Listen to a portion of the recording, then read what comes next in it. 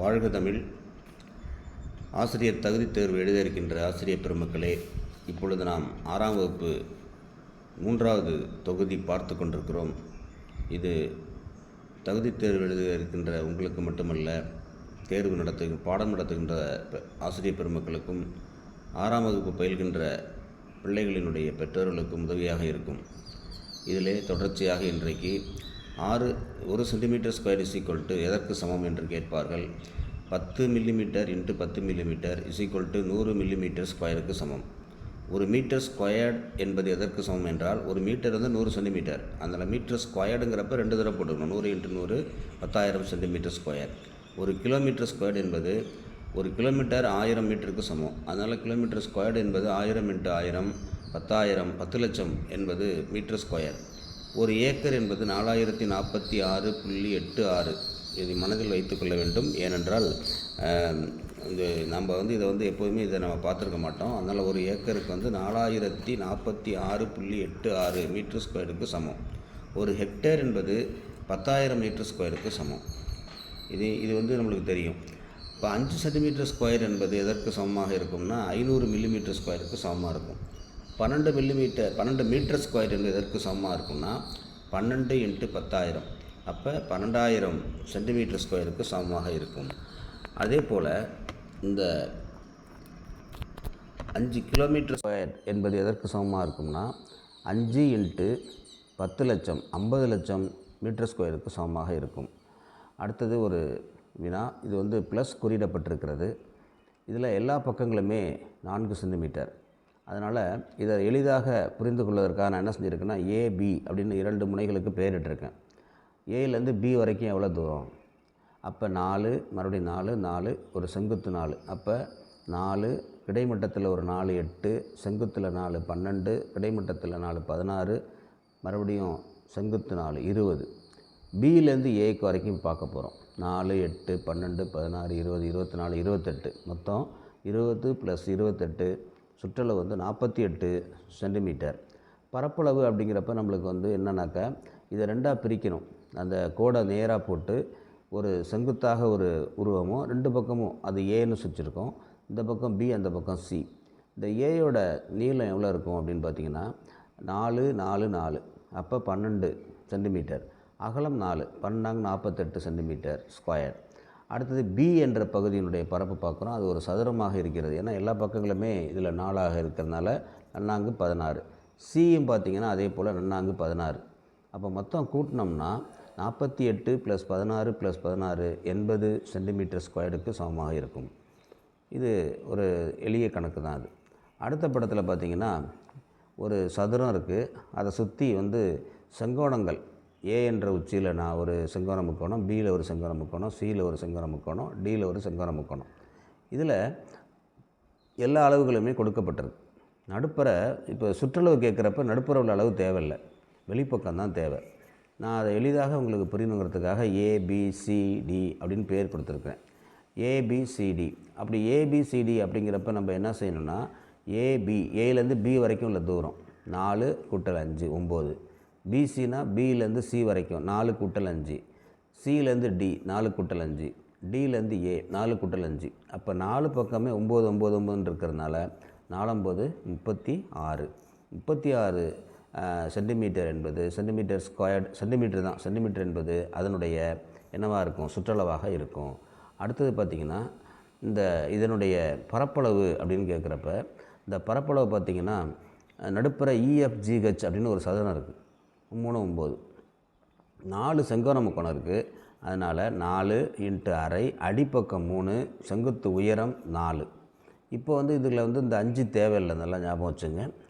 அடிப்பக்கம் செங்குத்து உயரம் அந்த 2க்கும் 4க்கும் அடித்தோம்னா 2 3 6 6 4 24. ஆக மொத்தம் 24 9 33 சென்டிமீட்டர் ஸ்கொயருக்கு இது சமமாக இருக்கும். இதனுடைய பரப்பளவு சமமாக இருக்கும் அப்படிங்கிறத ஞாபகம் வச்சுங்க.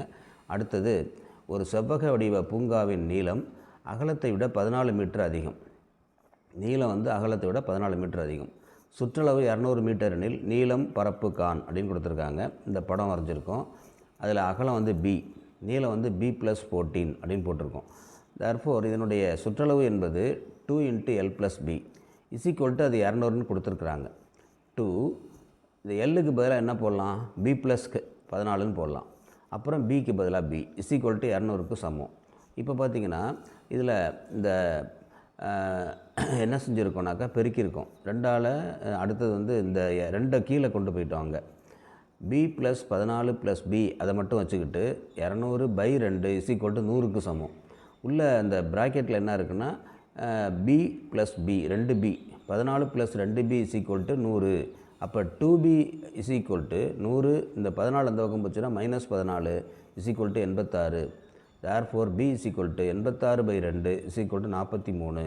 அப்போ எல்லோட அளவு என்னவாக இருக்கும், பியோட அளவு 43னா எல்லோட அளவு 43ஓட 14 கூட்டணும். அவங்க கொடுத்துருக்குறாங்க இல்லைங்களா 14 அதிகம்னு. 43 + 14 = 57க்கு சமம். அடுத்து பரப்பளவு கேட்டாங்கன்னா எல்பி. அப்போ நீளம் வந்து 57, அகலம் 43, அது ரெண்டையும் பெருக்குனா 2451 m²க்கு அது சமமாக இருக்கும். அடுத்தது என்ன கேட்டிருக்காங்கன்னா 20 சமபக்கங்கள் கொண்ட வடிவத்தினுடைய ஒரு பக்க அளவு 3 சென்டிமீட்டர். 20 சமபக்கம் இருக்குது கொண்ட ஒரு வடிவம் தான் அது. அதில் வந்து ஒன்றுக்குள்ள ஒன்று அப்படியே அடுக்கி வச்சுருக்குறாங்க. அதனுடைய சுற்றளவு என்னென்னு கேட்டிருக்காங்க.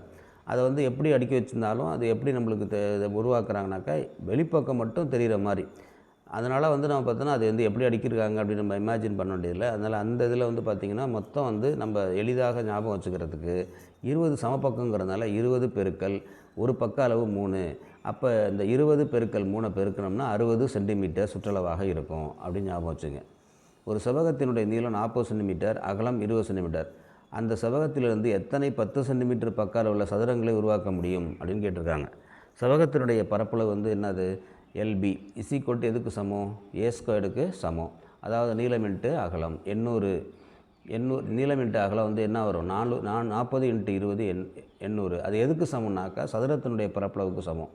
சதுரம் என்பது எதை குறிக்குதுனாக்கா இப்போ வந்து ஒரு சதுரத்தை வந்து பக்கம் கொடுத்துருக்காங்க 10ன்னு. இப்போ 10 × 10 100 இன்ட்டு அதனுடைய எத்தனை சதுரங்களை உருவாக்க முடியும் அப்படிங்கிறப்ப எக்ஸு.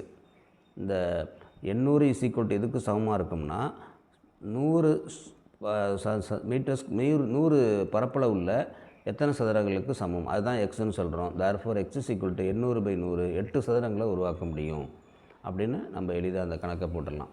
அடுத்தது 48 சென்டிமீட்டர் நீளமுள்ள ஒரு கம்பியை கொண்டு எத்தனை வெவ்வேறு செவ்வகங்களை உருவாக்க முடியும், நீள அகலம் கான் அப்படின்னு கேட்டிருக்காங்க. 48 சென்டிமீட்டர் நீளம் இருக்குது, எத்தனை வெவ்வேறு உள்ள செவ்வகங்களை உருவாக்க முடியும் அப்படின்னு கேட்டிருக்காங்க.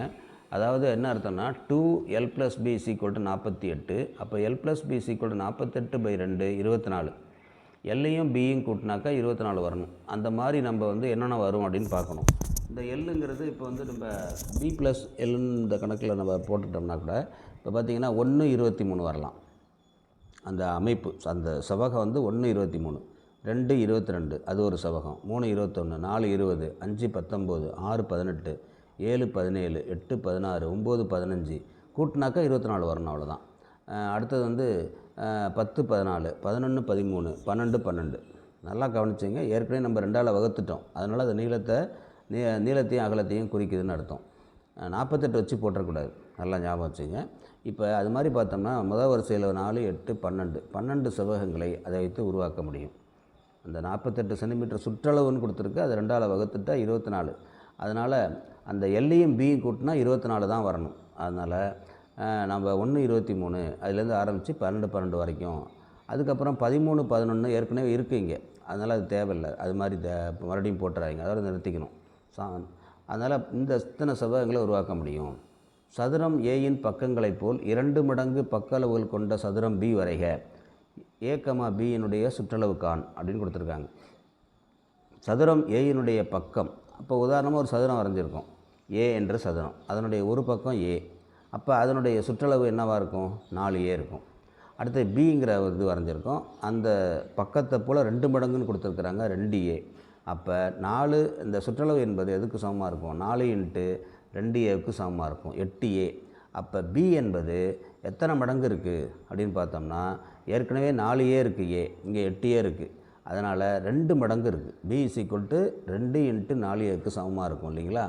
அதனால் இந்த 2 மடங்கு பக்கத்தை பெருசாக்குனா அதனுடைய சுற்றளவு 2 மடங்காக பெருசாகும் அப்படிங்கிறது தான். சுற்றளவு 2 மடங்கு அதிகமாக இருக்கும். சதுரத்தின் பக்கத்தை 4 1 பங்காக குறைத்தால் உருவாகும் புதிய சதுரத்தின் பரப்பளவில் என்ன மாற்றம் ஏற்படும்? ஒரு சதுரம் இருக்குது, அந்த சதுரத்தை வந்து என்ன செய்கிறாங்க, 4 ஒரு பங்காக குறைச்சிட்றாங்க, சின்ன சதுரமாக ஆக்குறாங்க. 4 வெட்டி எடுக்கிறப்ப 1 வெட்டி எடுத்துடுறாங்க. அப்போ ரெண்டுக்கும் என்ன வித்தியாசம் அப்படின்னு கேட்குறாங்க. இப்போ உதாரணமாக ஏ என்ற ஒரு சதுரம், அது 1 1 அளவு உள்ளது. அடுத்து பி என்ற சதுரம், அதில் என்ன செய்கிறாங்க, 4 ஒரு பங்காக குறைக்கிறாங்க, 1/4. அந்த எளிய சீக்கிரமாக இந்த கணக்கை போட்டுடலாங்கிறதுக்காக இந்த மெத்தடை ஃபாலோ பண்ணுறோம். ஒரு பங்கு இருக்கிறது ஏ, அதில் 1/4 பங்கு இருக்கிறது பி. ஏயோட பரப்பளவு என்ன இருக்கும்? 1 × 1 1. பியோட பரப்பளவு என்ன இருக்கும்? 1/4 × 1/4 1/16. அதில் வந்து அப்படின்னாக்கா 4 ஒரு பங்காக ஒரு பக்கத்தை குறைச்சோம்னா பரப்பளவில் வந்து என்ன மாற்றம் ஏற்படும்னா 1/16 அளவு தான் இருக்கும் அப்படிங்கிறத இந்த கணக்கினுடைய விடையாக இருக்கும். அடுத்து 2 வீட்டு மனைகள் ஒரே சுற்றளவில் பெற்றுள்ளன. சுற்றளவு ஒன்றா இருக்குதான். ஒன்று 10 மீட்டர் பக்கம் கொண்ட சதுர வடிவமாக இருக்குது, இன்னொன்று வந்து 8 மீட்டர் அகலம் கொண்ட செவ்வக வடிவமாக இருக்குது. அதில் வந்து அடுத்தது என்ன கொடுத்துருக்காங்க, எந்த வீட்டு மனை அதிக பரப்பு கொண்டது அப்படின்னு கொடுத்துருக்காங்க. இது கொஞ்சம் நீளத்தை காணுமே அப்படின்னு நம்ம உடனே பார்க்கணும். இப்போ ரெண்டும் பரப்பளவு சுற்றளவு வந்து சமமாக இருக்குன்னு கொடுத்துருக்குறாங்க. 2 வீட்டு மனைகள் ஒரே சுற்றளவு. அப்போ சதுரத்தோட ஒரு பக்கம் தெரிஞ்சு போச்சு. அந்த வீட்டுக்கு போனோம்னா அந்த வீட்டினுடைய இது எதுக்கு சமமாக இருக்கும்? சதுரத்தினுடைய சுற்றளவு 4A. அப்போ 4 × 10 40க்கு சமமாக இருக்கும். அப்போ அந்த 40 எதுக்கு சமமாக இருக்குன்னு சொல்கிறாங்கன்னா, செவ்வகமாக இருக்கக்கூடிய ஒரு வீட்டோட சுற்றளவுக்கு சமம், 2L + B. அதில் இப்போ பார்த்திங்கன்னா 4 × A வந்து 10 = 2 × L + Bக்கு பதிலாக எவ்வளோ போட்டுக்கலாம்? 8ன்னு போட்டுக்கலாம். அப்போ 40 இங்கே இடது கை பக்கம், வலது கை பக்கம் 2 × L 2 × 8 16. அப்போ 40, இந்த 16 இந்த பக்கம் வந்துச்சுன்னா -16 = 2L. அப்போ 40ல் 16 போச்சுன்னா 24 = 2Lக்கு சமம். therefore L = 24/2 12. அப்போ நீளமும் தெரியும், அகலமும் தெரிஞ்சு போச்சு. இப்போ நம்ம வந்து சுற்றளவு சமப்படுத்தி, ஏன்னா இதனுடைய சுற்றளவும் செவ்வகத்தினுடைய சுற்றளவும் சமம்னு சொல்கிறதுனால 2 ஈக்குவேஷனையும் சமப்படுத்தி நீளம் கண்டுபிடிச்சிட்டோம். இப்போ சதுரத்தினுடைய பரப்பளவுனா இப்போ என்ன கிடைக்கும்? 10 × 10 100 m². அதே செவ்வகத்தினுடைய பரப்பளவுனா நீளம் × அகலம் 12 × 8 96 m². அப்போ எதனுடைய பரப்பு அதிகமாக இருக்கும்? சதுரத்தினுடைய பரப்பு தான் அதிகமாக இருக்கும். அது செவ்வகத்தினுடைய பரப்பை விட எவ்வளோ அதிகமாக இருக்குன்னா 4 m² வந்து அதிகமாக இருக்கும். அப்போ சதுரம் தான் அதிகம், பரப்பு வந்து அதிகம் வந்து 4 m². அடுத்தது பார்த்திங்கன்னா ஒரு வீடு மாதிரி கொடுத்துருக்குறாங்க. இதில் நிழலிட்ட பகுதி கோடு போட்டு காமிச்சிருக்கோம் நம்ம இங்கே. இதில் வந்து இந்த இதில் வந்து ஒரே ஒரு இடம் தான் கோடு போடலை, மற்ற இடம்லாம் கோடு போட்டிருக்கு, அது பிளாங்காக இருக்குது பாருங்கள். இதில் 4 பகுதியாக இதை பிரிச்சிருக்கிறோம், ABCD. நிழலிட்ட பகுதியினுடைய பரப்பு கேட்டிருக்காங்க. இந்த நிழலிட்ட பகுதியினுடைய பரப்புங்கிறப்ப முதல்ல A அப்படின்னு வச்சுக்கோங்க. இந்த ஏயோட பரப்பு என்னவாக இருக்கும்? நீளம் வந்து 9, அகலம் வந்து எவ்வளோ இருக்கும்? அந்த நிழலிட்ட பகுதியில் அந்த அகலம் வந்து இங்கே இந்த 6 அப்படின்னு, இதில் பிக்கு லெஃப்ட் சைடில் 6ன்னு கொடுத்துருக்காங்க இல்லைங்களா? அப்போ அகலம் 6, அந்த அகலம் இங்கேயும் பொருந்தும், 96 54. பியோட பரப்பு என்னவாக இருக்கும்? அது வந்து ஒரு சதுரமாக இருக்கிறது. இந்த கீழே பார்த்தீங்கன்னா 6 சென்டிமீட்டர், அடுத்து இந்த லெஃப்ட் சைடில் இடது கை பக்கத்தில் ஒரு பக்கம் 6ன்னு கொடுத்துருக்கிறதுனால 6 6 36. அதுக்கப்புறம் சி என்பது ஒரு செங்கோண முக்கோணம். இந்த செங்கோண முக்கோணத்தில் என்ன சொல்லியிருக்காங்கன்னா அரை BH இல்லைங்களா? அரை × அடிப்பக்கம் 3 சென்டிமீட்டர். ஒரு ஓரத்தில் தான் 3ன்னு கொடுத்துருக்குறாங்க, ஃபுல்லாக நடுப்பற கொடுக்கல. அதனால் ஏன்னா அது நடுப்பற கொடுக்க முடியாது, கீழே 6 இருக்குது, அதனால் அந்த 6 தான் மேலே வந்து என்ன செஞ்சுருக்காங்க, 2ஆக பிரித்து போட்டிருக்காங்க. அதனால் சி பகுதியோட பரப்பளவு அரை × 3 × 4, இந்த 2க்கும் 4க்கும் அடித்தா 2 2 3 6. டி என்ற பகுதிக்கு அந்த செங்கோண முக்கோணத்துக்கும் அதே போல் தான், அரை × 3 × 4, அதை அடித்தோம்னா 6. ஆக மொத்தம் 54 60 90 96 102 சதுர சென்டிமீட்டராக இருக்கும். இதில் வந்து இந்த நிலையிடாத பரப்பை பற்றி அவங்க கேட்கல, அதனால் அதை விட்டுருங்க. இது வரைக்கும் இதில் வந்து இயல் 3 முடித்து விட்டோம், சுற்றளவு பரப்பளவு. இயல் 4 என்பது சமச்சீர்தன்மை. இந்த சமச்சீர்தன்மை அப்படிங்கிறது என்னென்னாக்கா, குறிப்பாக வந்து 2 பக்கமும் ஒரே மாதிரி இருக்கணும், அதுதான் சமச்சீர்தன்மை. அது ரொம்ப முக்கியமான ஒரு பாயிண்ட். இப்போ ஏ என்ற ஒரு எழுத்தை நடுப்பரை வந்து 2ஆக பிரிக்கிறோம், ஒரு கட் பண்ணுறோம். ஏல இந்த பக்கம் இருக்கிற மாதிரி தான் அந்த பக்கமும் இருக்கும். பி என்ற பகுதியில் வந்து அதே போல் பிரிக்கிறோம், மேல் பகுதியும் கீழ்ப்பகுதியும் ஒரே மாதிரி இருக்கும். ஒரு சதுரம் போல் ஒன்று போட்டிருக்கோம், அதை குறுக்க வெட்டியிருக்கும். இந்த 2 பக்கமும் சமமாக இருக்குது பாருங்கள், இதுக்கு தான் சமச்சீர்தன்மை அப்படின்னு பேர். இருபுறமும் ஒரே அளவுள்ள பொருள்கள் சமச்சீர் தன்மையை பெற்றிருக்கும். இப்போ அது மாதிரி என்னென்ன இருக்குது அப்படிங்கிறத பார்க்கணும்னா, சமச்சீர் கோடானது செங்குத்தாகவும் இருக்கலாம், கிடைமட்டமாகவும் இருக்கலாம், சாய்வாகவும் இருக்கலாம். அதுக்காக தான் 3 படம் போட்டு காமிச்சிருக்கோம். ஒன்று வந்து செங்குத்தாக இருக்குது ஏல, பியில் வந்து கிடைமட்டமாக இருக்குது. அடுத்த படத்தில் வந்து பார்த்திங்கன்னா சாய்வாக இருக்குது சதுரத்தில். அப்படி மூணு விதமாக வரையலாம் அப்படிங்கிறத. அதில் சிமெட்ரோஸ் அப்படிங்கிறது கிரேக்க சொல். அந்த சிமெட்ரி அப்படிங்கிற அந்த இதை வந்து அப்போ தான் அதுலேருந்து வந்திருக்கு தான். அதுலேருந்து அதான் சமச்சீர் தன்மை. சிமெட்ரிங்கிறது தான் சமச்சீர் தன்மை. தமிழில் மொழிபெயர்த்திருக்கிறோம். சிமெட்ரி என்ற அந்த சிமெட்ரோஸ் அப்படிங்கிற அதுலேருந்து ஒத்த அளவுடையது என்று பொருள் அப்படின்னு அர்த்தம். அதுக்கு பேர் வந்து ஒத்த அளவுடையது. அதன் பிறகு பார்த்திங்கன்னா ஒரு முக்கோணம் கொடுத்துருக்காங்க. இதில் எத்தனை அது மாதிரி பிரிக்கலாம்? சமபக்க முக்கோணம், நடுப்புற ஒரு கோடு, இந்த உச்சிக்கு ஒரு கோடு, அந்த உச்சிக்கு ஒரு கோடு, 3 உச்சியிலேருந்தும் 3ஆக பிரிக்கிறோம். என்ன பிரிக்கிறப்ப என்னன்னா சமபக்க முக்கோணம் அது. அதனால் வந்து அந்த அப்படி பிரிக்கக்கூடிய சமபக்க முக்கோணத்தில் 3 சமச்சீர் கோடுகள் இருக்கும். பிரித்தோம்னா என்னென்னா எந்த ஒரு தனி பார்ட்டும் எல்லா பார்ட்டுக்கும் சமமாக இருக்கணும். அது ரொம்ப ரொம்ப முக்கியம் அதில். அடுத்து சதுரத்தில் பாருங்கள், செங்குத்து, கிடைமட்டம், மூலை விட்டம் அப்படி பிரிக்கிறப்ப நம்மளுக்கு வந்து என்னவாக இருக்குனாக்கா, இங்கே வந்து அந்த எதை எப்போலாம் பிரிக்கிறோமோ அதெல்லாம் சரியாக இருக்கணும். இப்போ வந்து இப்போ குறுக்க பிரிக்கிறோன்னா இந்த பக்கம் உள்ளதும் அந்த பக்கம் உள்ளதும் சமம், அப்படி தான் அர்த்தம். சதுரமாக நடுப்புற கிடைமட்டமாக பிரித்தோம்னா இந்த மேலையும் கீழையும் சமம். செங்குத்தாக பிரித்தோம்னா இந்த பக்கம் உள்ளது அந்த பக்கம் உள்ளதும் சமம். அதனால் அந்த 2 பகுதியும் ஒரே மாதிரி இருக்கணும் அப்படிங்கிறது தான். அடுத்தது வந்து ஒரு வட்டத்தை அது மாதிரி பிரித்து காமிச்சோம்னா நிறைய கோடு போடலாம். அது எண்ணில் அடங்காத எழுத்தாக இருக்கும். அடுத்தது என்ன சொல்கிறாங்கன்னா, எஸ் அப்படிங்கிற ஒரு எழுத்து. எஸ் என்ற எழுத்தை பிரித்தோம்னா அதாவது சமச்சீர் தன்மை வருமானு கேட்குறாங்க. வராது. அதனால் அதுக்கு வந்து 0. ஹெச் அப்படிங்கிறத பிரித்தோம்னா எப்படி வரும்? கிடைமட்டமாக ஒன்று பிரித்தோம்னா மேலையும் கீழையும், செங்குத்தாக பிரித்தோம்னா இந்த பக்கம் அந்த பக்கம். அதனால் வந்து 2 வரும். அடுத்து ஆரை பிரிக்க முடியாது. அதனால் 0. எம்மை பிரித்தோம்னா 1, பியை பிரித்தோம்னா 1, யூவை பிரித்தோம்னா 1. இப்படி வந்து இந்த ஒரு லெட்டர் கொடுத்துட்டு அதில் வந்து எத்தனை சமச்சீர் வந்து கோடாக பிரிக்கலாம் அப்படின்னு கேட்பாங்க. ஒரு ஒழுங்கு ஐங்கோணமாக இருந்தால் 5, அறுகோணமாக இருந்தால் 6 அப்படிங்கிறத ஞாபகம் வச்சுங்க. அடுத்தது ஒரு வடிவம் சமச்சீர் கோட்டினை பெற்றிருந்தால் அது ஆடி சமச்சீர் தன்மையை பெற்றுள்ளது அப்படின்னு சொல்கிறாங்க. இந்த ஆடி சமச்சீர் என்ன அர்த்தம்னா, கண்ணாடிக்கு முன்னாடி அதை கொண்டு வச்சோம்னா என்ன தெரியும்? அதான் ஒரு ஏ என்ற ஒரு எழுத்தை எழுதி கொண்டு போய் கண்ணாடிக்கு முன்னாடி வச்சோம்னா என்ன தெரியும்? அதே ஏ தான். சரியான இடத்துல ஃபோக்கல் இடத்துல வச்சோம்னா ஏ தான் வரும். ஆனால் தலைகீழாக இடவள மாற்றம்னு சொல்லுவோம் அதுக்கு பேர். நம்ம போய் வந்து வலது கையை தூக்கினா இடது கை தூக்குற மாதிரி அது காமிக்கும் இல்லைங்களா? அதுதான் வந்து இடவள மாற்றம் இருக்கும். அதில் ரொம்ப முக்கியமாக கண்ணாடியில் காண்பிக்கும் பொழுது ஆடியில் கிடைக்கும் பிம்பம், அந்த பிம்பம் வந்து எதிரொலிப்பு எனப்படும். அந்த ஒரு பொருளும் அதனுடைய பிம்பமும் எப்படி இருக்குன்னா ஆடியிலிருந்து சம தூரத்தில் இருக்கும். ரொம்ப தூரத்தில், கரெக்டாக சம தூரத்தில் இருக்கும். அப்படி இருக்கக்கூடிய நிலையில் பொருளுக்கும் ஆடி பிம்பத்திற்கும் உள்ள வேறுபாடு என்னென்னா இடவள மாற்றம். இடது பக்கம் வந்து வலது கை பக்கமாக தெரியும் அப்படிங்கிறது தான். அடுத்தது இப்போ பார்த்திங்கன்னா எம்ஓஎம் அப்படிங்கிறது எப்படி தெரியும் பிம்பத்தில்? சிஓஎம், ஹெச்ஐடிஇ, டபிள்யூஐசிகே இதெல்லாம் எப்படி தெரியும் அப்படின்னு கேட்குறாங்க. இந்த எம்ஓஎம் அப்படிங்கிறத கொண்டு கண்ணாடியில் வச்சோம்னா அப்படியே தலைகீழாக தெரியும். டபிள்யூஓடபிள்யூன்னு தெரியும். சிஓஎம் வச்சோம்னா சிஓடபிள்யூவாக தெரியும். ஹெச்ஐடிஇ வச்சோம்னா அதே ஹெச்ஐடி தான் வரும்.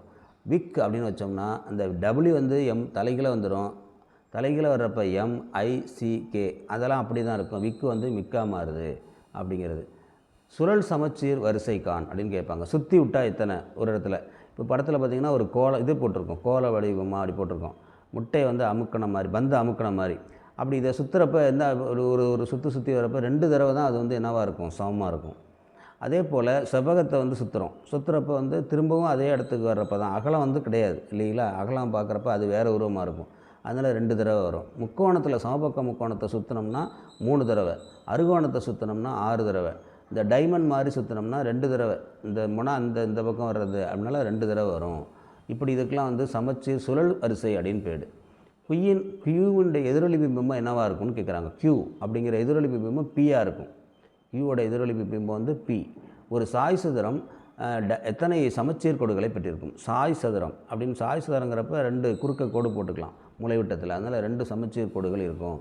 இசட் என்ற எழுத்தின் சுழல் சமச்சீர் வரிசை என்ன அப்படின்னு கேட்குறாங்க. இசட்டை திருப்பி விட்டோம்னா முதல்ல இசட்டு அது தலைகீழ போட்டால் அது ஒரு இசட்டாக கிடைக்கும். அதனால் 2 தடவை. சுழல் சமச்சீர் வரிசை குறைந்த அளவு 2ஆக இருந்தால் அந்த வடிவம் சுழற்சீர் தன்மை பெற்றுள்ளது. 2வது இருக்கணுங்கிறாங்க. அப்படி இருந்தால் அது சுழற்சீர் சமச்சீர் தன்மை அப்படின்னு பேர் அதுக்கு. ஒரு பொருள் புதிய இடத்திற்கு இடம்பெயர்வுடையதால் அதுக்கு வந்து இடப்பெயர்வு சமச்சீர் ஏற்படுகிறது. அப்படி நகர்த்துறப்ப ஒரு மாற்றம் ஏற்படுது, அதனால் அதுக்கு இடப்பெயர்வு அப்படின்னு பேர். இப்போ இதில் சரியா தவறான ஒரு கேள்வி கேட்டிருக்காங்க. ரொம்ப நுணுக்கமான கேள்வி, அதனால தான் அது தனியாக ஸ்பெசிஃபிக்காக எடுத்து கொடுத்துருக்குறேன். ஒரு செவ்வகம் 4 சமச்சீர் கோடுகளை பெற்றுள்ளது அப்படின்னு சொல்கிறாங்க. இந்த 4 சமச்சீர் கோடுகளை பெற்றிருக்குமா அப்படின்னு பார்க்குறப்ப அது பெற்றிருக்காது. என்னென்னா இப்போ வந்து குறுக்க செங்குத்தாக ஒன்று போட போகிறோம், இந்த பக்கம் உள்ளது அந்த பக்கம் உள்ளது, அது வந்து பார்த்திங்கன்னா ஒரு அளவு இருக்கும் இல்லையா, பரப்பளவு. அதே வந்து கிடைமட்டமாக பிரித்தோம்னா வேறு வேறு அளவு இருக்கும். அப்படி வேறு வேறு அளவு இருக்கிறதுனால அதை நம்ம வந்து என்ன செய்ய முடியாது, எடுத்துக்க முடியாது. கிராஸ் மூலைவிட்டத்தை வந்து 2ஆக பிரிக்கிறப்ப உள்ள பகுதி மட்டும்தான் ஒரே அளவாக இருக்கும். அதனால் வந்து 2 தான் இருக்கும், 4 இருக்காது. நல்லா கவனிச்சுங்க. சதுரத்தில் 4, செவ்வகத்தில் 2 தான். சமச்சீர் கோட்டினை பெற்றிருக்கும் வடிவம் எதிரொலிப்பு சமச்சீர் தன்மையை பெற்றிருக்குமா அப்படின்னு கேட்குறாங்க. அது சரியாக தான் இருக்குது.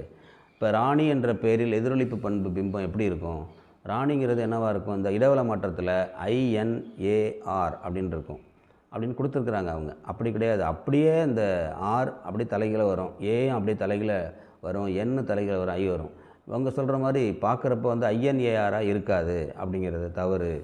ஒரு வட்டத்திற்கு எண்ணற்ற சுழற்சீர் சமர் வரிசைகள் உள்ளன. அப்படி வட்டத்தை சுற்றினோம்னா எந்த இடத்துல நிப்பாட்டினாலும் அது வந்து சமச்சீர் இருக்கும். அதனால் சரியாக இருக்குது. இந்த 191 என்ற என்னுடைய சுழற்சீர் தன்மை என்ன இருக்குன்னு கேட்குறாங்க. இந்த 191 சுற்றுறப்ப அப்படி சுற்றுறப்ப வந்து 6 ஆயிரும் கீழே வர்றப்ப, அந்த 9ங்கிறது 6 அப்படிங்கிற மாதிரி வரும். அதனால் வந்து சுழற்சீர் தன்மை வந்து தப்பு கிடையாதுன்னு அர்த்தம் அதுக்கு.